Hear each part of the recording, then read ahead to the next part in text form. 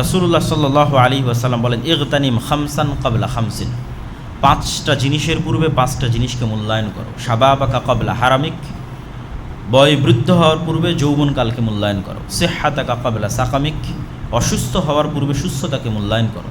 ওয়া গিনাকা ক্বাবলা ফাকরিক, আর হাতে যখন টাকা আছে তখন সেই টাকাকে মূল্যায়ন করো দরিদ্র হওয়ার পূর্বে। ওয়া ফারাগাকা ক্বাবলা শুগলিক, আর ব্যস্ত হওয়ার পূর্বে হাতে যে ফাঁকা সময় আছে, অবসর সময় আছে, এটাকে মূল্যায়ন করো। ও হায়াতাকা ক্বাবলা মাউতিক, আর মৃত্যু আসার পূর্বে জীবনকে মূল্যায়ন করো। তথা এই সব জিনিসগুলো আমাদের সময়ের গুরুত্ব তুলে ধরে এবং আমাদের যৌবনকালের গুরুত্ব তুলে ধরে। রাসূল সাল্লাল্লাহু আলাইহি সাল্লাম বলেন, লা তাজুলু কাদামা আবদিন ইয়াউমাল কিয়ামা হাত্তা ইউসালা আন উমরিহি ফিমা আফনাহু। কিয়ামতের মাঠে মানুষকে 5টা প্রশ্নের মুখোমুখি হতে হবে। তার সময় কোথায় পার করেছে, জ্ঞান অনুযায়ী কি কাজ করেছে, সম্পদ কোথায় থেকে অর্জন করেছে এবং সম্পদ কোথায় ব্যয় করেছে, এবং তার শরীরকে কোন কাজে ক্ষয় করেছে। তো এই যে যৌবনকাল, সময়, বয়স, এটাকে কোথায় সে ব্যয় করেছে। তো সময়ের প্রশ্নে মানুষকে জবাবদিহিতার মুখোমুখি হতেই হবে।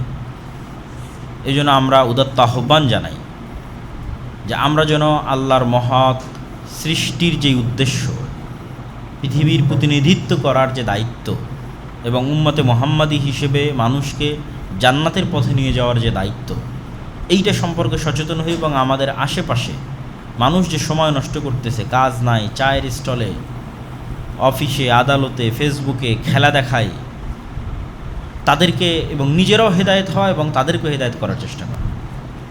তারা সময়গুলোকে কাজে লাগাক, জ্ঞান অর্জন করুক, পড়াশোনা করুক। অন্য এই দৃশ্য দেখতে পাবেন না বিশ্বের উন্নত বিশ্ববিদ্যালয়, যে উন্মাদনা আপনি বাংলাদেশের ঢাকা বিশ্ববিদ্যালয়ে দেখতে পাবেন। অক্সফোর্ড, ক্যামব্রিজ, হার্ভার্ড কোনো বিশ্ববিদ্যালয়ে পাবেন না এই ধরনের উন্মাদনা। তাহলে আমরা কোথায় এবং তারা কোথায়? আর আমরা বক্তব্যের শেষ অংশে এসে যেটা আলোচনা করতে চাচ্ছি সেটা হচ্ছে মুহররম। আল্লাহ সুবহানাহু তাআলা 4টি মাসকে হারাম করেছেন এবং পবিত্র কোরআনে আয়াত অবতীর্ণ করে সেটা স্পষ্ট করেছেন। ইন্না ইদ্দাতা শুহুর ইনদাল্লাহ 12 শাহরান ফি কিতাবিল্লাহ। যেই দিন থেকে আল্লাহ আসমান এবং জমিন সৃষ্টি করেছেন ওই দিন থেকে আল্লাহর গণনায় মাস হচ্ছে 12টি। যেই দিন থেকে আল্লাহ আসমান এবং জমিন সৃষ্টি করেছেন ওই দিন থেকে লাউহে মাহফুজে আল্লাহ সুবহানাহু তাআলার গণনায় মাস 12টি। অর্থাৎ 12 মাস মানুষের আবিষ্কার নয়, আল্লাহর নির্ধারণ। পৃথিবী যেদিন থেকে সৃষ্টি হয়েছে সেই দিন থেকে। মিনহা আরবাআতুন হুরুম, আর ওই দিন থেকে 4টা মাস হারাম। হারাম শব্দের অর্থ হচ্ছে রেস্ট্রিক্টেড, নিষিদ্ধ। অনেক সময় কোনো কিছু নিষিদ্ধ হয় নিকৃষ্টতার কারণে, আর অনেক সময় কোনো কিছু নিষিদ্ধ হয় সম্মানের কারণে। নিষিদ্ধ মানে নিকৃষ্টতা নয়, কখনো নিষিদ্ধ হয়েছে সম্মানের কারণে। যেমন আপনারা বলেন যে মাহরাম, মেয়ের সাথে মাহরাম যেতে হবে। মাহরাম মানেও কিন্তু হারাম। কি হারাম? ওই মেয়ের সাথে যার বিবাহ হারাম সে তার মাহরাম। যেমন মেয়ের সাথে তার পিতার বিবাহ হারাম, নিষিদ্ধ। তো এই নিষিদ্ধ মানে একজন আরেকজনের জন্য নিকৃষ্ট না। হারাম কখনো নিকৃষ্টতার কারণে এবং কখনো সম্মানের কারণে। তাহলে ঠিক তেমনি সম্মানের কারণে হারাম কি? প্রাইম মিনিস্টার যে এরিয়ায় আছে, সংসদ ভবন যে এরিয়া আছে, রেস্ট্রিক্টেড এরিয়া। ক্যান্টনমেন্ট যে এরিয়া আছে, নিকৃষ্ট হওয়ার কারণে রেস্ট্রিক্টেড না, অনেক দামি হওয়ার কারণে রেস্ট্রিক্টেড। অনেক দামি ভিআইপি পার্সনরা সেখানে আছে, রাষ্ট্রের গুরুত্বপূর্ণ দামি জিনিস রেস্ট্রিক্টেড, নিষিদ্ধ। তো এইরকমই আল্লাহ সুবহানাহু তাআলার বিধানে কিছু শহর হারাম, কিছু এলাকা হারাম, কিছু মাস হারাম।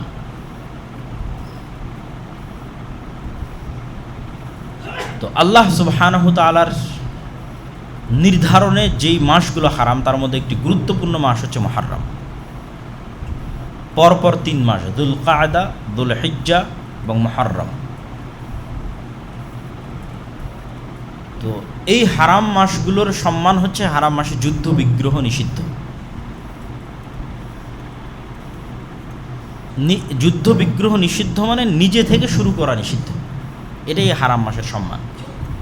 যে কোনো মুসলিম শাসক, কোনো মুসলিম খলিফা এই 4 মাসে নিজে থেকে যুদ্ধ স্টার্ট করতে পারবে না, বরং তার কোনো যুদ্ধ বন্ধ করার ক্ষমতা থাকলে বন্ধ করবে এই 4 মাসে। আর যদি যুদ্ধ চাপিয়ে দেওয়া হয় তথা আমার উপর কেউ হামলা করতেছে, তখন তার কিছু করার নাই। তখন আল্লাহ অনুমতি দিয়েছে যে ঠিক আছে, যতটুকু তোমাদের উপর জুলুম হচ্ছে তোমরা ততটুকু জুলুমের প্রতিবাদ করো, কিন্তু নিজে থেকে হারাম মাসে যুদ্ধ শুরু করা যাবে না, মারামারি গণ্ডগোল ফাটাফাটি শুরু করা যাবে না, শান্তি বিরাজ রাখতে হবে। এবং এই বিধান মক্কার মুহাম্মদ সাল্লাল্লাহু আলাইহি ওয়াসাল্লাম আসার পূর্বের কাফেররা অনুসরণ করত। কাফের মুশরিকদের কাছে হারাম মাসের গুরুত্ব ছিল। আর হারাম এরিয়া হচ্ছে মক্কা এবং মদিনা। মক্কাকে হারাম করেছে ইব্রাহিম আলাইহিসসালাতু ওয়াসসালাম, মদিনাকে হারাম করেছে মুহাম্মদ সাল্লাল্লাহু আলাইহি ওয়াসাল্লাম। তো মুহররম মাসের 10 তারিখ, আশুরা মানে দশম, 10th, আরবিতে 10-এর আরবি হচ্ছে আশারা, 10, ওইটাকে যখন দশম যুক্ত করা হয়েছে তখন আরবিতে হচ্ছে আশুরা, দশম দিন, 10 থেকে দশম, তাহলে আশারা থেকে আশুরা, 10 থেকে দশম, মুহররম মাসের দশম দিন। তো মুহররম মাসের দশম দিনের কি গুরুত্ব? এমনি অসংখ্য জয়ীফ হাদিস আছে, জাল হাদিস আছে যে সব কিছুই মুহররম মাসের 10 তারিখ। আল্লাহ পৃথিবী সৃষ্টি করেছে এই দিনে, পৃথিবী ধ্বংস হবে এই দিনে, আদম সৃষ্টি করেছেন এই দিনে, এরকম অসংখ্য কিছু রিওয়ায়াত আছে যেগুলো সরাসরি নির্ভরযোগ্য সূত্রে প্রমাণিত নয়। নির্ভরযোগ্য সূত্রে প্রমাণিত কি? নির্ভরযোগ্য সূত্রে প্রমাণিত একটাই, সেটা হচ্ছে ইয়াউমা নাজাল্লাহু সুবহানাহু তাআলা ইয়া বানি ইসরাঈল আযকুরু নি'মাতি আল্লাতী আন'আমতু আলাইকুম, হে বানু ইসরাইল স্মরণ করো আমার নিয়ামতের কথা। ওয়াইজ নাজ্জাইনাকুম মিন আলি ফিরআউন ইয়াসুমুনাকুম সুআল আযাব ইউযাব্বিহুনা আবনাআকুম ওয়া ইস্তাহইয়ুনা নিসাআকুম ওয়া ফী যালিকুম বালাউম মির রাব্বিকুম আযীম। স্মরণ করো সেই দিনের কথা যেই দিন আমি তোমাদের ফিরআউন থেকে মুক্তি দিয়েছিলাম। ফিরআউন কি করতো? ইয়াসুমুনাকুম সুআল আযাব, নিকৃষ্ট আযাব দিত তোমাদের। কীভাবে আযাব দিত? ইউযাব্বিহুনা আবনাআকুম, তোমাদের ছেলে সন্তানদের জবাই করতো। ওয়া ইস্তাহইয়ুনা নিসাআকুম, তোমাদের মেয়েদের বাঁচিয়ে রাখতো। কি দয়ায় বাঁচিয়ে রাখতো মেয়েদের? না, একদিকে পুরুষকে হত্যা করা হচ্ছে, আর একদিকে পরিবারের সম্মান, মেয়েদেরকে বাঁচিয়ে রাখা হচ্ছে দাসত্ব করার জন্য, প্র্যাকটিক্যাল দাসত্ব করার জন্য, আর পুরুষদেরকে হত্যাই করা হচ্ছে। তাহলে মেয়েদেরকে বাঁচিয়ে রাখা হচ্ছে লাঞ্ছনা, যে একটা জাতির লাঞ্ছনা এবং একটা পরিবারের লাঞ্ছনার সবচেয়ে বড় আলামত যে ওই বাড়ির স্ত্রী, ওই বাড়ির মেয়ে, ওই বাড়ির মা মানুষের দাস, মানুষের দাস। ইউযাব্বিহুনা আবনাআকুম, তোমাদের পুরুষদের হত্যা করা হচ্ছে। ওয়া ইস্তাহইয়ুনা নিসাআকুম, তোমাদের মেয়েদের বাঁচিয়ে রাখা হচ্ছে দাস হিসেবে। এই ভয়ঙ্কর শাসকের নাম হচ্ছে ফিরআউন। আমি মুক্তি দিয়েছি। ওয়াইজ ফারাকনা বিকুমুল বাহরা, সমুদ্রকে চিরে দিয়েছি তোমাদের জন্য, যেন তোমরা ফিরআউনের কবল থেকে মুক্তি পাও। ওয়া আগরাকনা আলা ফিরআউন, আর ফিরআউনকে ডুবিয়ে দিয়েছি এই সমুদ্রে। তো এটা পৃথিবীর ইতিহাসে যতগুলো বড় ঘটনা আছে তার মধ্যে বিশাল বড় ঘটনা হচ্ছে বানু ইসরাইলের মুক্তি পাওয়া আর ফিরআউনের ডুবে যাওয়া মুসা আলাইহিস সালাতু ওয়াস সালামের মাধ্যমে, এবং সমুদ্র চিরে দ্বিখণ্ডিত হয়ে যাওয়া। এই ঘটনা যেই দিন ঘটেছে সেটাই মুহররমের 10 তারিখ। এবং আজও ইহুদিদের কাছে এই দিন খুবই সম্মানিত, এবং তারা এই দিনের যে নামে তারা উদযাপন করে সেটা হচ্ছে ইয়ম কিপ্পুর। হিব্রু ভাষায় যেটাকে আমরা আশুরা বলছি ওটাকেই বলা হয় ইয়ম কিপ্পুর। তো রাসূলুল্লাহ সাল্লাল্লাহু আলাইহি ওয়াসাল্লাম যখন মদিনায় গেলেন তখন মদিনার ইহুদিরা এই দিনে সিয়াম পালন করত। তখন রমজানের সিয়াম আসেনি। তো রাসূল সাল্লাল্লাহু আলাইহি ওয়াসাল্লাম বললেন, তোমরা কেন এই দিনে সিয়াম পালন করো? তো বললো এই ঘটনা। তো আল্লাহ নবী বললেন, ফানাহনু আহাক্কু আওলা বিমূসা মিনকুম, বলছে মুসার খুশিতে খুশি হওয়ার হকদার তোমাদের চাইতে আমি বেশি। কেন? মুসা যেই তাওহীদের দাওয়াত দিত, যেই সিরাতে মুস্তাকিমের দাওয়াত দিত, এবং যেই ধারাবাহিক নবুয়তের ধারাবাহিকতায় মুসা, তারপরে আরও পরে ঈসা আলাইহিস সালাতু ওয়াস সালাম, সেই ধারাবাহিকতায় আমি মুহাম্মদ সাল্লাল্লাহু আলাইহি ওয়াসাল্লাম। তাহলে মূলত মুসা আলাইহিস সালাতু ওয়াস সালামের সকল কষ্টে কষ্ট পাওয়ার এবং সকল খুশিতে খুশি হওয়ার মূল হকদার হচ্ছে আমি। কেন? তোমরা এখন নামে মুসা আলাইহিস সালাতু ওয়াস সালামের অনুসারী, কিন্তু কাজে পথভ্রষ্ট, অভিশপ্ত। তো রাসূল সাল্লাল্লাহু আলাইহি ওয়াসাল্লাম সিয়াম পালন করলেন, এবং ইহুদিদের বিরোধিতার খাতিরে একদিন আগে অথবা একদিন পরে আরেকটা সিয়াম তিনি অতিরিক্ত করে দিলেন। 10ম দিনের আগে 9 তারিখ অথবা 10ম দিনের পরে 11 তারিখ, যাতে আহলে কিতাব তথা ইহুদিদের থেকে মুসলমানের ইবাদত একটু হলেও আলাদা হয়। তো রাসূলুল্লাহ সাল্লাল্লাহু আলাইহি ওয়াসাল্লাম দুটো হাদিস, আফজালুস সিয়াম বা'দা রমাদান শাহরুল্লাহিল মুহাররম, রমাজানের পরে আল্লাহর নিকটে সবচেয়ে শ্রেষ্ঠ সিয়াম হচ্ছে মুহররম মাসের সিয়াম। আর আরেকটা হাদিসে রাসূল সাল্লাল্লাহু আলাইহি ওয়াসাল্লাম বলেন, সিয়াম ইয়াউম আশুরা আহতাসিবু আলাল্লাহ আন ইউকাফফিরা সানাতাল্লাতী ক্বাবলাহ। আমরা কিছুদিন পূর্বে আরাফার সিয়াম রেখেছিলাম 1 বছর আগের এবং 1 বছর পরের গুনাহ, আর রাসূল সাল্লাল্লাহু আলাইহি ওয়াসাল্লাম এটাতে বলছেন আশুরাতে 1 বছর পূর্বের গুনাহ। আল্লাহ সুবহানাহু ওয়া তাআলা আশুরার একদিন সিয়ামে মানুষের 1 বছরের পূর্বের গুনাহ ক্ষমা করে দেবেন। কিন্তু দুঃখের বিষয় হচ্ছে এই আশুরাকে নিয়ে আমাদের সমাজে অনেক আকীদাগত বিভ্রান্তি আছে, আর এই বিভ্রান্তির একটা ঘটনাও আছে কাকতালীয়। সেটি হচ্ছে হোসাইন রাদিয়াল্লাহু তাআলা আনহুর মৃত্যু। হাসান এবং হোসাইন রাদিয়াল্লাহু তাআলা আনহুমার প্রতি ভালোবাসা ঈমানের অঙ্গ, আলী রাদিয়াল্লাহু তাআলা আনহুর প্রতি ভালোবাসা ঈমানের অঙ্গ, সকল সাহাবীদের প্রতি ভালোবাসা ঈমানের অঙ্গ। আল্লাহর নবীর পরিবার পরিজনের প্রতি বিদ্বেষ পোষণ করা কাফের হওয়ার আলামত, মুনাফিক হওয়ার আলামত।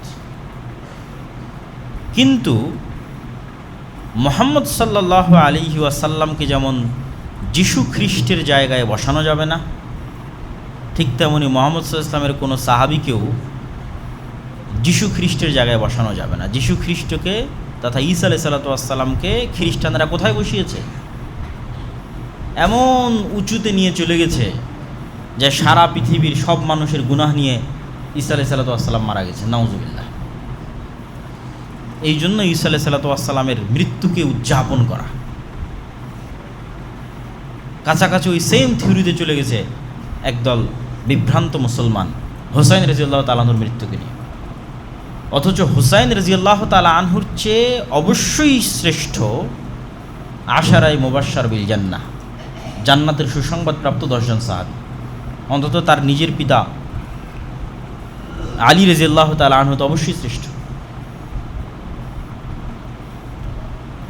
তো যারা জান্নাতের সুসংবাদ প্রাপ্ত এবং তাদের মধ্যে যে 4 জন খলিফা, তাদেরকেও অনেককেই হত্যা করা হয়েছে।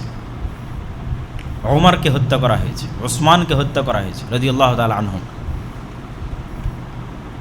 তাদের হত্যা উম্মতে মুহাম্মাদির জন্য যতটা ক্ষতিকর, ওই সময়ের জন্য যতটা ব্যথার, দুঃখের এবং কষ্টের ছিল, হোসেন রাদিয়াল্লাহু তাআলা আনহুর হত্যাও দুঃখের এবং কষ্টের, কিন্তু তুলনা করা সম্ভব নয়। তাহলে হোসাইন রাদিয়াল্লাহু তাআলা আনহুর হত্যায় যদি শোক পালন করতে হয়, তাহলে আবু বকর, ওমর, উসমান, আলীর হত্যাতেও তো তার চেয়ে বেশি শোক পালন করতে হবে, আর তার চেয়ে বেশি শোক পালন করতে হবে মুহাম্মদ সাল্লাল্লাহু আলাইহি ওয়াসাল্লামের মৃত্যুতে। কিন্তু ইসলাম তো শোকের ধর্মই নয়, ইসলাম শোকের দিন নয়।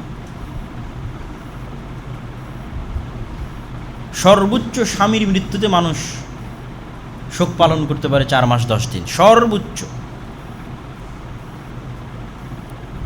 সেখানে যুগ যুগ যাবৎ আমরা একটা বিভ্রান্ত আকিদাকে লালন করে, যেই দিনে মূলত মুসা আলাইহিস সালাতু ওয়াস সালামের মুক্তিতে খুশি হয়ে সিয়াম পালন করার কথা, সেই দিনকে আমরা তাজিয়া মিছিল এবং বিভিন্ন কিছু, এবং আশুরা মুহররমকে, যেটা শরীয়তে ছিল, মানুষ জানেই না যে আশুরা মুহররম মানে মুসা আলাইহিস সালাতু ওয়াস সালামের মুক্তি। সবাই জানে আশুরা মুহররম মানে হোসেন রাদিয়াল্লাহু তাআলা আনহুর হত্যা। এইটা হচ্ছে পলিটিক্স। শিয়া এবং সুন্নিদের যে দ্বন্দ্ব, এটার শুরুটা পলিটিক্স থেকে, রাজনীতি থেকে। এবং গল্প বলাতে যেহেতু তারা বেশি এক্সপার্ট, উপন্যাস লিখতে বেশি এক্সপার্ট পারস্যরা, ফলত হৃদয় বিদারক এই গল্পকে অনেক হাইলাইট করে হৃদয় বিদারক অসংখ্য সাহিত্য তৈরি হয়েছে।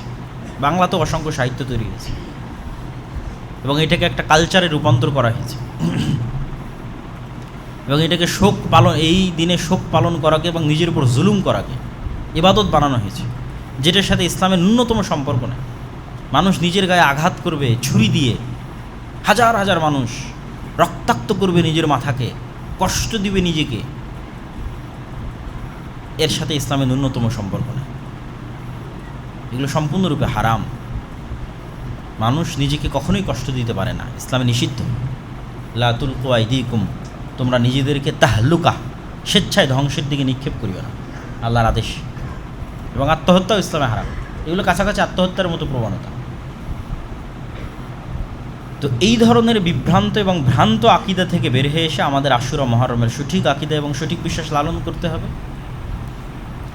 হ্যাঁ, হুসাইন রাদিয়াল্লাহু তাআলা আনহু যেমন আলে বাইতের অংশ, আয়েশা রাদিয়াল্লাহু তাআলা আনহাও আলে বাইতের অংশ। আলী ইবনে আবি তালিব রাদিয়াল্লাহু তাআলা আনহু রাসূল সাল্লাল্লাহু আলাইহি ওয়াসাল্লামের এক চাচা, আবু তালেবের সন্তান। তো রাসূল সাল্লাল্লাহু আলাইহি ওয়াসাল্লামের তো আরও চাচা আছে, আব্বাস ইবনে আব্দুল মুত্তালিব, হামজা ইবনে আব্দুল মুত্তালিব, তাদের সন্তানেরা কই? তাদের সন্তানেরও আলে বাইতের অংশ। আব্দুল্লাহ বিন আব্বাস এবং তাদের পরিবার আলে বাইতের অংশ। তাহলে শুধু একজনকে যদি আমি সম্পূর্ণরূপে আলাদা করে নিই, আলী রাদিয়াল্লাহু তাআলা রাসূল সাল্লাল্লাহু আলাইহি ওয়াসাল্লাম মাত্র এক মেয়েকে বিবাহ করেছে, আর ওসমান রাদিয়াল্লাহু আনহু দুই মেয়েকে বিয়ে করেছে। তো রাসূল সাল্লাল্লাহু আলাইহি ওয়াসাল্লাম দুই মেয়েকে বিয়ে করার পর ওসমান রাদিয়াল্লাহু আনহু হয়ে গেল আমার কাছে ঘৃণার পাত্র। আর এক মেয়েকে বিবাহ করার কারণে আমি তাকে হাইলাইট করে উপরে নিয়ে যেতে যেতে যেতে যেতে কেউ কেউ ইলাহ, আল্লাহ বানিয়ে ফেলেছে আলী রাদিয়াল্লাহু তাআলা, নাউযুবিল্লাহ।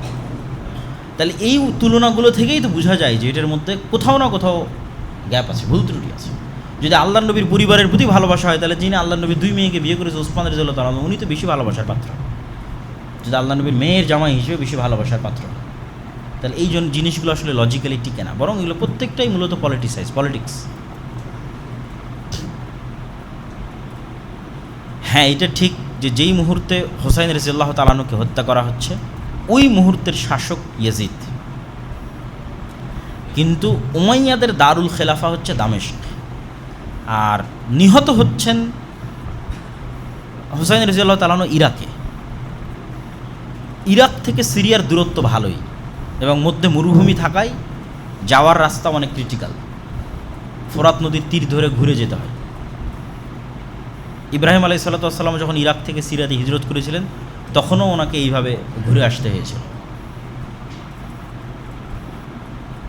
তো শাসক আছে দামেস্কে, সরাসরি তার পক্ষ থেকে হত্যার আদেশের প্রমাণ ইতিহাসে পাওয়া যায় না। বায়াত যেন না নিতে পারে, আত্মসমর্পণ যেন করে, আমার হাতে এসে যেন বায়াত নাই, এই রকমের আদেশ আছে। কিন্তু মূল কালপ্রিট এখানে হচ্ছে কুফার মানুষেরা, যারা মুনাফিকি করেছে, যারা তাকে অনেক উৎসাহ দিয়ে মদিনা থেকে নিয়ে গেছে, আসেন আমরা আপনার পাশে থাকবো, অমুক করব তুমুক করব, কিন্তু যাওয়ার পর আর পাশে নাই। তো মূল কালপ্রিট হচ্ছে আহলে কুফা, কুফার তৎকালীন যারা মানুষ, যারা তাকে দাওয়াত দিয়ে উস্কিয়ে মদিনা থেকে বের করে নিয়ে এসেছে কুফায়, কিন্তু যখন কুফায় এসেছে তখন আর সাথ দেয়নি। ঘটনা অত্যন্ত হৃদয় বিদারক। অবশ্যই ইয়াজিদ ইবনে মুআবিয়াকে এতটুকুর জন্য দায় দেওয়াই যায় যে সে হত্যাকারীর কোনো বিচার করেছিল কিনা, এই প্রশ্ন অবশ্যই উত্থাপন করা যায়। এই জন্য আহলুস সুন্নাত ওয়াল জামাতের পক্ষ থেকে শাইখুল ইসলাম ইবনে তাইমিয়া বলেছেন, ইয়াজিদ ইবনে মুআবিয়া না প্রশংসার যোগ্য না নিন্দারও যোগ্য। নিন্দা করেও আমরা গুনাহের ভাগিদার হতে রাজি নই, প্রশংসা করেও কেন সে সাহাবী নয়, আলাদা করে তার প্রতি আমাদের কোনো জিম্মেদারিও নাই। কিন্তু এইটার কারণে তার পিতা মুআবিয়া রাদিয়াল্লাহু তাআলা আনহুকে দায় দেওয়া, তখন তিনি পৃথিবীতে নাই, উনি অনেক আগে পৃথিবী থেকে চলে গেছেন।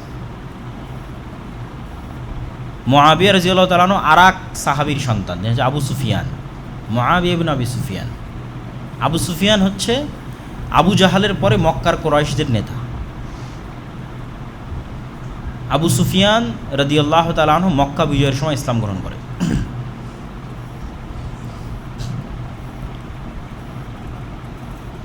এবং আবু সুফিয়ান রাদিয়াল্লাহু তাআলা আনহু এবং তার সন্তান মুআবিয়া রাদিয়াল্লাহু তাআলা আনহু রাসূল সাল্লাল্লাহু আলাইহি ওয়াসাল্লামের অনেক নিকটস্থ এবং অনেক কাছের। যারাই পূর্বে কাফের থেকে মুসলমান হয়েছে, তাদের কারো প্রতি বিদ্বেষ রাখার সুযোগ নাই, তার পূর্বের কাফের অবস্থার কারণে। কী জন্য সুযোগ নাই? ওমর রাদিয়াল্লাহু তাআলা আনহু তো পূর্বে কাফের ছিলেন, মুশরিক ছিলেন, রাসূল সাল্লাল্লাহু আলাইহি ওয়াসাল্লামের শত্রু ছিলেন। খালিদ বিন ওয়ালিদ তো এক যুদ্ধে মুহাম্মদ সাল্লাল্লাহু আলাইহি ওয়াসাল্লামের বিরুদ্ধে বিজয় অর্জন করেছে, উহুদের যুদ্ধে। পরে খালিদ বিন ওয়ালিদ তো সব যুদ্ধে মুসলমানদের নেতৃত্ব দিয়েছে। আজ যদ্দূর পর্যন্ত মুসলমানদের সীমানা সবই খালিদ বিন ওয়ালিদের অবদান। তাহলে যেই কারণে আপনি ওমর রাদিয়াল্লাহু তাআলা আনহুকে ঘৃণা করতে পারেন না, খালিদ বিন ওয়ালিদকে পারেন না, ওই কারণে আবু সুফিয়ান এবং মুআবিয়া বিন আবু সুফিয়ানকে পারেন না, বরং ঘৃণা করা তো বহু দূরের কথা, ঘৃণা রাখলে মানুষ কাফের হয়ে যেতে পারে।